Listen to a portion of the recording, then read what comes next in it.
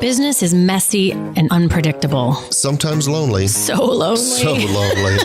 And inspiration can often come from really weird places. We pick up where the bullet point blogs and the highlight reels leave off. We start with the stories. Welcome back to So Here's My Story. I'm Jodi. And I'm Eliot. And listen, before I get on to thanking our patrons, I just thought I'd mention, if you're curious why we do this each episode, go check out www.patreon.com. Look up So Here's My Story, and you'll see how to become a patron. So right now, we'd like to thank our patrons that we have now, which are, first, our premier patron is Tom Loveland and Mind Over Machines. We'd also like to recognize Cat's Copies, the architecture firm of GWWO, Herbert and Ethel Inc., and Marycraft Staffing and HR Solutions.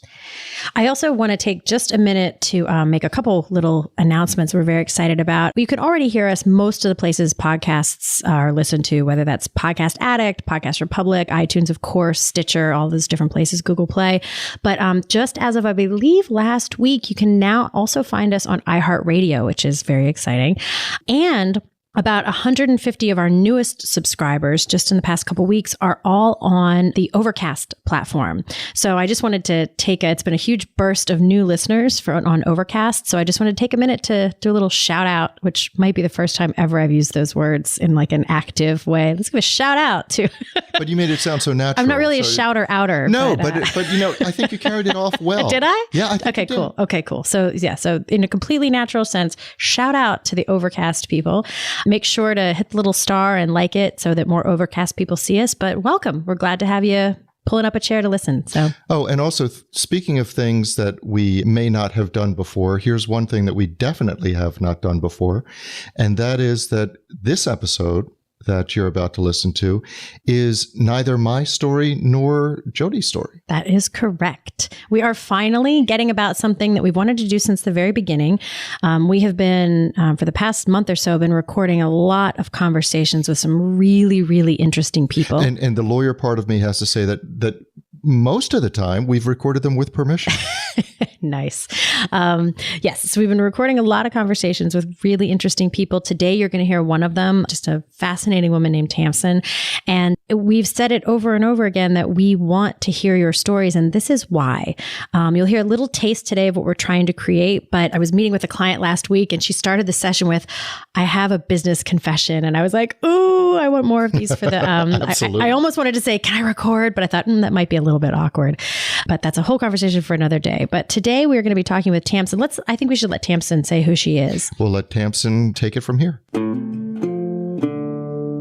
I'm Tamsen Webster. I'm the executive producer of TEDx Cambridge and the CEO and founder of Strategic Speaking and Find the Red Thread. And here's my story, or I should say, so here's my story.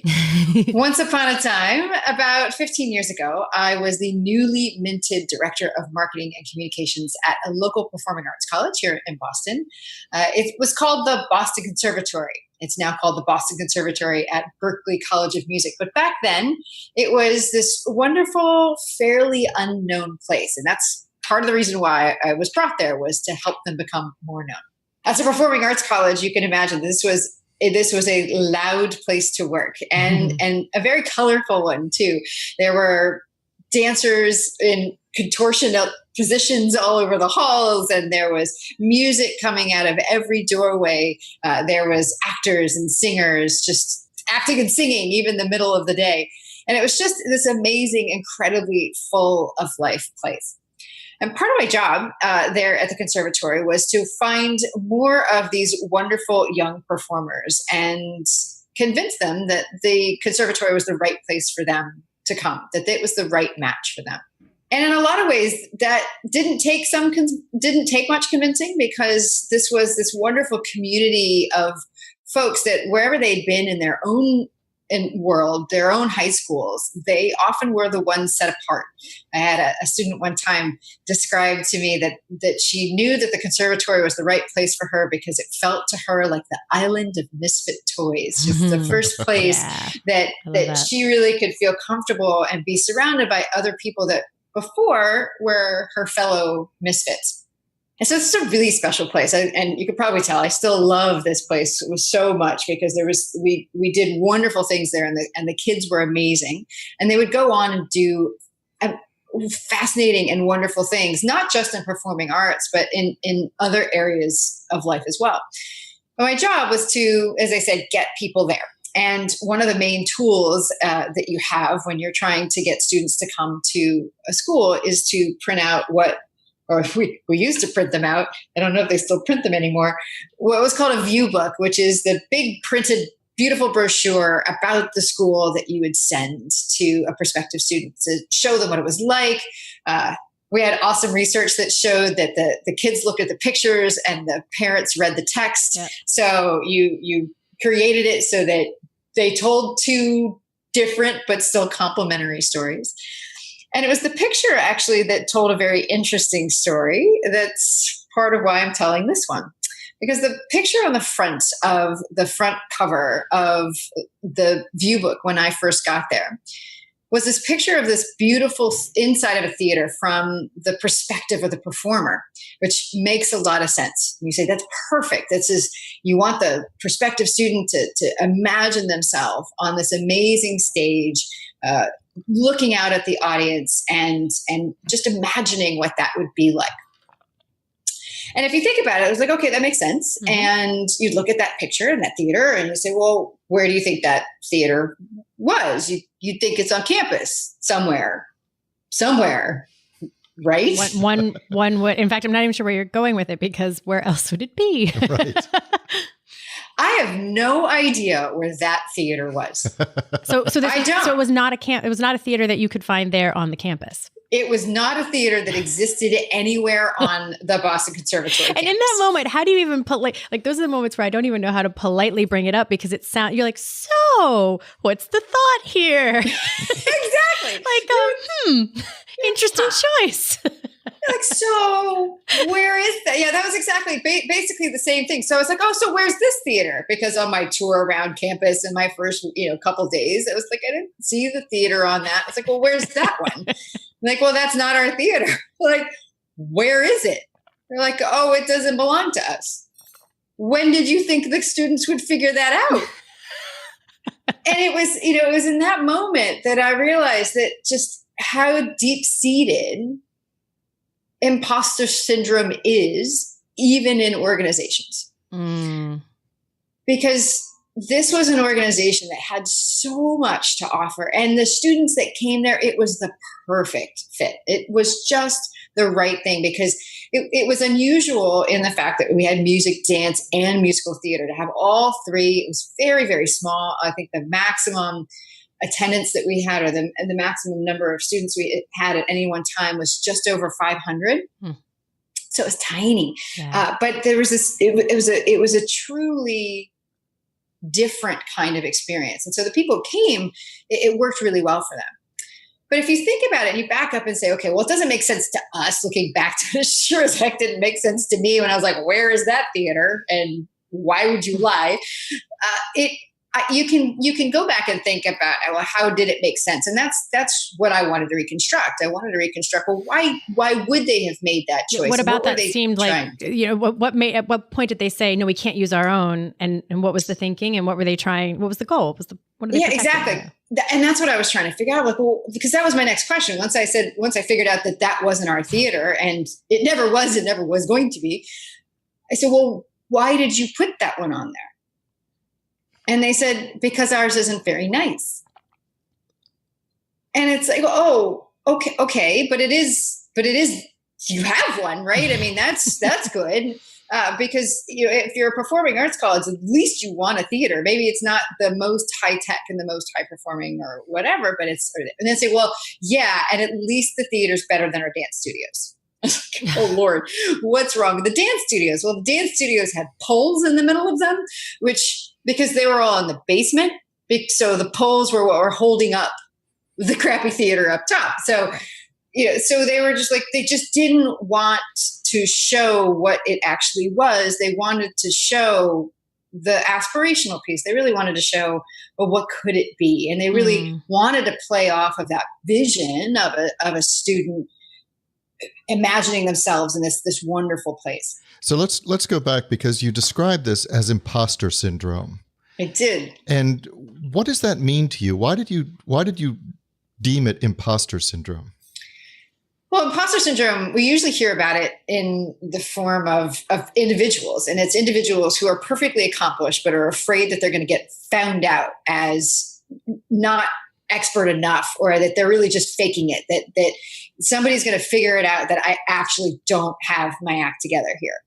And yet, if you think about the fact that organizations are a community of people, and if people have imposter syndrome, then it would make sense that it's possible that an organization could roll up the neuroses of said people and also have imposter syndrome. Yeah. And in fact, when you put it that way, it almost seems impossible that it couldn't. You know, if the thumbprint of the community is imposter syndrome-y, then what else is going to come out on the other end? Imposter syndrome-y. Hey, I'm going. Yeah, is that above your head? Should I? I understand. I'm sorry. I'll take it down a notch. I'll try to be more. Please dumb it down for me. Yeah. But I am convinced that this is why branding and marketing exists, because of organizational imposter syndrome. It's because at some level you get that there's something valuable about what you have, or at least you hope there is. So you start to put something out in the marketplace that's like, well, this is what I think you want. So let's do that. And we're going to hope that you don't really figure out that what we actually have isn't what you want. And, so there's obviously a huge range of different things, but that can look like everything from places like VW just like flat out lying, like I don't know, clean diesel, no, not. To places like, or to organizations like United that just completely are fine with an absolute divorce between reality and their marketing, right? Because no better example than the fact that they brought back the tagline, "Fly the friendly skies." Of course they did. Of course they did. But if I saw recently too, that just as some folks predicted, and in fact, I suspected this would be the case as well, is that there was no long-term damage to United. So it's kind of funny how we have this, in a one way, United is the opposite of imposter syndrome. They're like, we suck and we know it. We're just going to say fly the friendly skies. But we're pretty sure the people who love us are going to continue to love us anyway. But I think that's the key. By friendly, we mean aggressively rude, but whatever. That's right. Yeah, we just have a different, it's alternative friendly. Alternative, alt-friendly. Alt-friendly. There you go. But it's funny, I think what it really comes down to it is that organizations at some level sometimes just don't have faith in what it is that they can truly offer. So what happened with yours? I mean, you started talking about imposter syndrome to them. Did you get blank stares? Was there a transformation? What happened?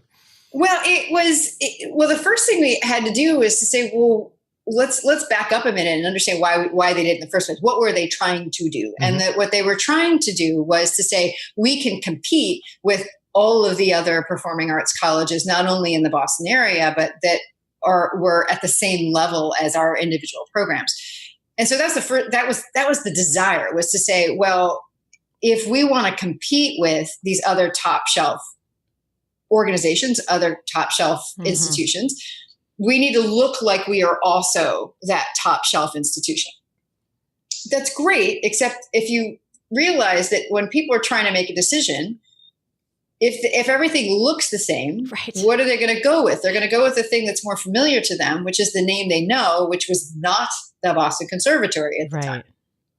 So what I did really was to go back and ask some questions, because I like to say I didn't have a staff. It was me. My department. The entire staff did this. My department, exactly. Remember, we had 500 students, so this was not a giant budget with which to work.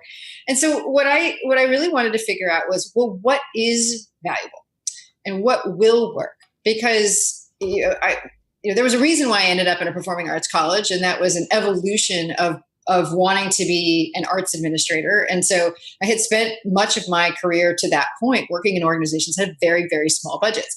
And so between that desire, how do I make money go further, and wanting to do my job as a marketer well, it's like, well, what is the fastest, most efficient way that I can make a connection?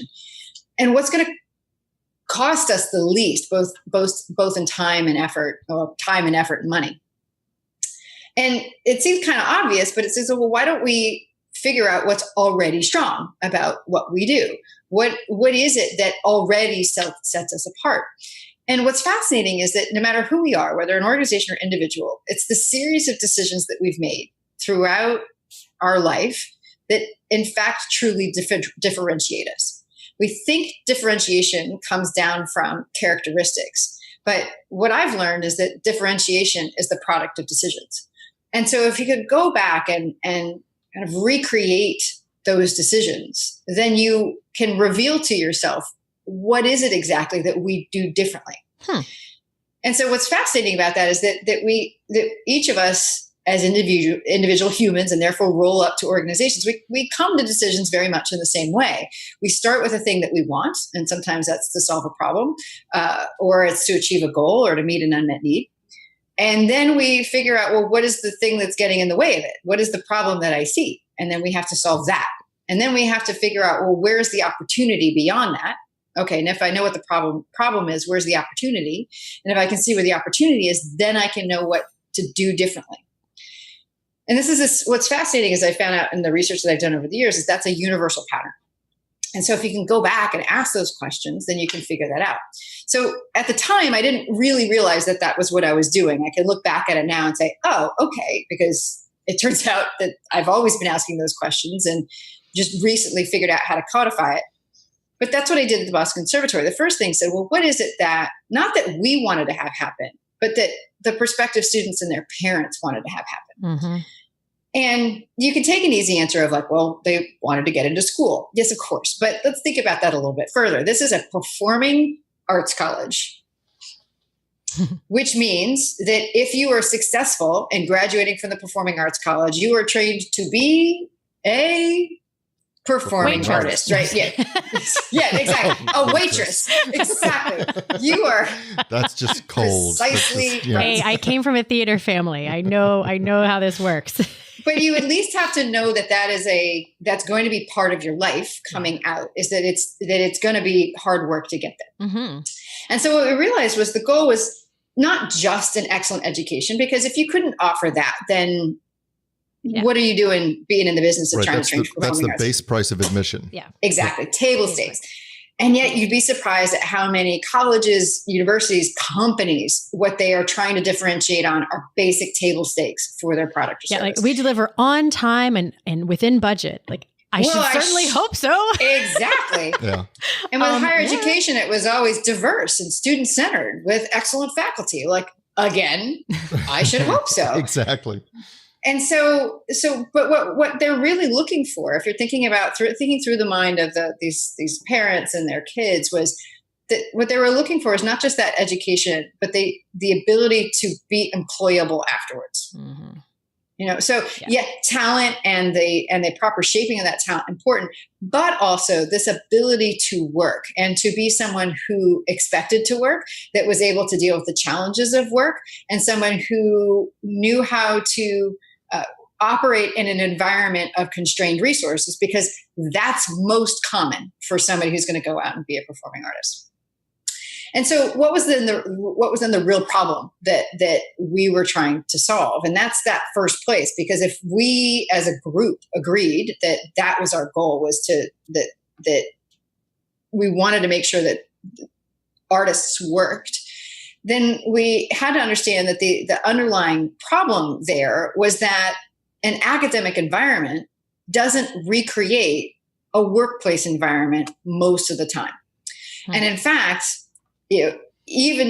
all these other places that we were trying to compare ourselves with, these other top tier organizations, which we were. I mean, we had like the number one musical theater program, a dance program that was in the top 10, if not the top 5, a classical music program, again, in the top 10, top 5. I mean, these are high level programs, but they were offering a very pristine experience. They had that beautiful theater that we didn't have. They had soundproof practice rooms, which we didn't have. They had dance studios without poles in the middle of them. But that's not what life looks like. Yeah. Right. That's not what life looks like. And so, what was fascinating was that the clues for this were already there. And I think sometimes it takes somebody coming in from the outside, which when I first arrived, of course, I had that outside perspective to say, wait, you already have this here. You already have these things here. In fact, you've already started to figure this out, because we were a performing arts college that had a liberal arts program, because the degree that they graduated with was a bachelor's degree. They graduated with a liberal arts degree and this performance piece. So they had already started to figure out for themselves, without even realizing it, that they had this focus on making sure people were employable. And so this was the idea. The idea was, where was the opportunity then? The opportunity then was in saying that the more that we could recreate the working life of an artist while they were in school, the more employable that student would be at the end. I mean, it's almost like if you were trying to train to be a field medic and you did all your training in a sterile surgical room at the Mayo Clinic. Yeah, the Mayo Clinic. It's not the same thing. It's not the same thing. And it doesn't mean that there isn't benefit from that. A musician will tell you that, it's a lot easier to play a really high quality flute than a crappy one. Sure. But at the same time, if you learn to play on a crappy one, then your ability to play on a great one is I'd be like, I can't play on this. It's too good. It's too good. This is too good. But it becomes one of those things where you don't become entitled. You don't walk into, your first pit orchestra opportunity, which is where a lot of those classical students would start, is playing in the pit orchestra of, let's say, musical theater, and don't go walking in and go, well, I'm used to playing Beethoven's Ninth and I have to play Sondheim. No, thank you. But because the students would actually, that's how, like, the pit orchestras for our musical theater programs were the music students, were the instrumentalists. So they already had that. They already knew that. And by the way, that meant that they also had that as part of their repertoire of what they could play. It wasn't just orchestral music. They could also play pit music, which again opened up this wider variety of what they could do.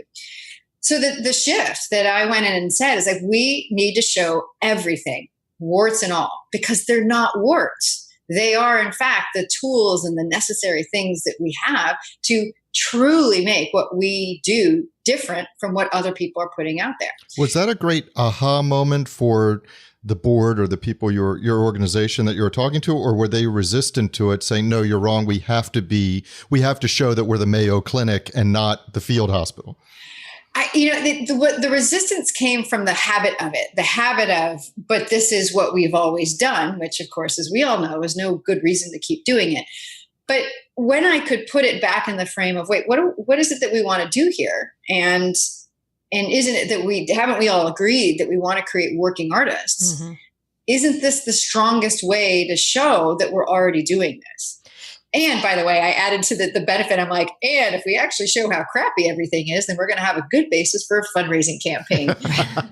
There you go. Appeal to the bottom line. Exactly. Which ultimately is what happened. So when we switched it around, everything turned around. Yeah. Yeah. And that's the part that fascinates me, because I haven't spent much time thinking about imposter syndrome as an organizational thing, which is like, my brain's going all over the place thinking about that.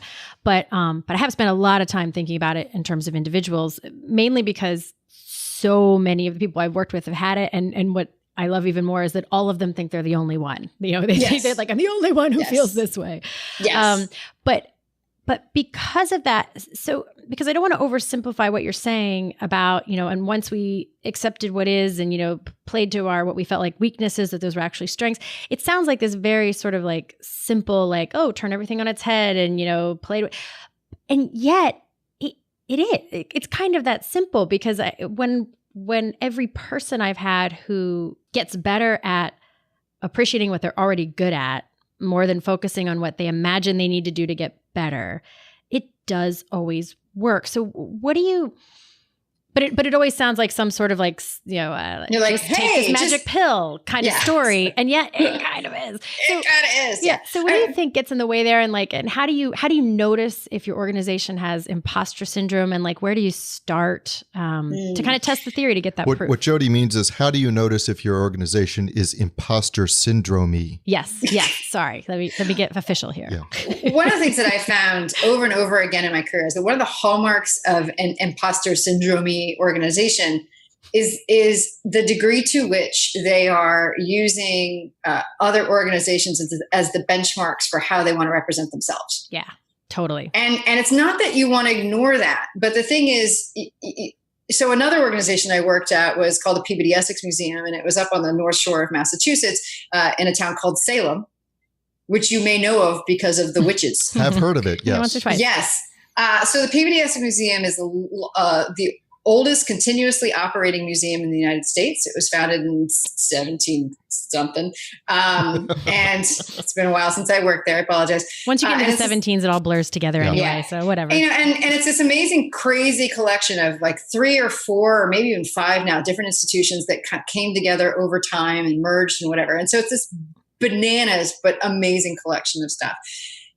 But when I worked there, which was prior to the Boston Conservatory, they had a very similar form of imposter syndrome. They kept saying that they wanted to be the Museum of Fine Arts of the North Shore. And the Museum of Fine Arts, of course, is the top shelf museum that's in Boston, a few miles to the south.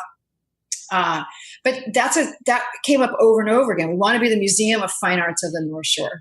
And it's like, but you're not the Museum of Fine Arts. You are the Peabody Essex Museum.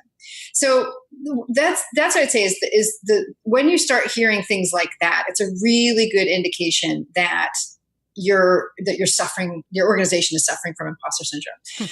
The other thing I think that are hallmarks for that are when it shows up in the sales cycle, when you start to say things like people can't tell our story, nobody gets it, or when you find yourself saying, "Oh, we end up having to compete on price." Right. These are elements, because what it means is you're focusing on features and benefits, and this is classic marketing, but this is I think a different way to look at it. Is that when you end up trying to differentiate on the slight variances on your commodity product or your commodity service, then you're absolutely suffering from imposter syndrome. As you were saying that list, you made me think of another one that I see a lot is when all the sales and marketing is focused on the industry itself. So like what you're actually marketing is the industry, like why having a CPA is good, not why you are good or whatever. And then the exact opposite, which is, well, we don't know what else to differentiate on. So we're going to try to tell you that it's because our culture is awesome that our product is awesome. And nobody cares about your culture except for you. I mean, it doesn't. Like your culture does not make, and I love, they don't do it anymore, thank goodness. But that was the case at an advertising agency I worked at. We were like, well, we have better ads because our culture's better. Like it just didn't make sense. But at the ultimate, at the core, it was because if you don't know what else it is, then you say, well, our people.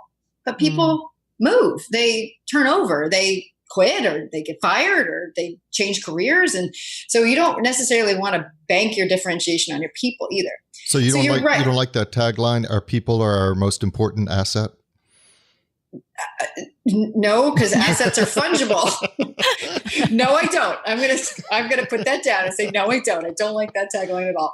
And it's not that. And it's very useful if you want to see Tamsen cringe. Yes, like I noticed. That. It was like I noticed that pullback. Yes, that's the reason. That's the reason we do this in video.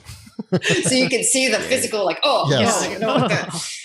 But here's the thing. Yeah, you pick up on something very paradoxical, which is the answer is in fact simple. Like if we could just see what other people see, then we could see what's truly different about us. But we can't because of all sorts of stuff. But the blanket name for the bias that's in play here is what's called the curse of knowledge. Like once you've done something, once you've made a decision, your brain kind of drops all the background information on how it made that decision in the first place. And when you talk about the curse of knowledge, generally what that means is, and what they describe is the phenomenon where you cannot imagine, once you know something, you cannot imagine what it was like not to know it. Right. Yeah. And what I see as organizational imposter syndrome, and frankly, people imposter syndrome, is the same thing, is that once you've gotten to a place in your life, it's impossible for you to imagine where you were without the knowledge that you currently have about that. It kind of backfills. Right. And so this is what happens with organizations is they start where they are and they say, well, this is what we have now. So how do we tell people going forward from where we are right now why that's so important? But in order for people to come to that same conclusion, they actually have to see the backstory. They have to see what were, or at least understand intuitively and even better explicitly, why is it that you are this thing in this shape doing what you do right now? So you're almost, I mean, you might be answering the question I really wanted to ask you as we were talking about this, but I want to ask it directly. So, you have your own company. You've been talking about these positions you had, but you are the founder of your own company. Are you able to do this? I mean, to me, these things are always like watching someone else parallel park a car, and then you get in your own car and you're like, I can't see, if it's a new car or whatever. Like, are you able to do this for yourself? And if not, how do you get that done? See, yes, you are able to do this for yourself. And the trick is to answer questions that put you back in the position of seeing yourself with fresh eyes. And in a sense, being asked the questions that allow you to see yourself somewhat objectively. And in this way, what you do is you turn the curse of knowledge into the blessing of knowledge, because you want to be able to explain where you got with the wisdom of where you are right now. Because when you go back and look at the decisions you made, now you have better clarity about why you made them in the first place. So that's our story. Thank you so much for joining us today. We're so grateful for everyone who's listening in, and we're especially grateful to all of our patrons who've joined us over at patreon.com to support our efforts here. And we hope to see you next week. And listen, having told our story, we'd love to hear yours. Ooh, yeah. So I guess what we're trying to say is the floor is yours. Go to sohere'smystory.com and join the conversation. Wait, before you go, there are 3 things that we really want you to know. First, you can find show notes and links to all of the random things we happen to mention during the episode by visiting our website, sohere'smystory.com. The second thing is we like to talk. And not just to each other. That's right. So what we really want to hear is your story.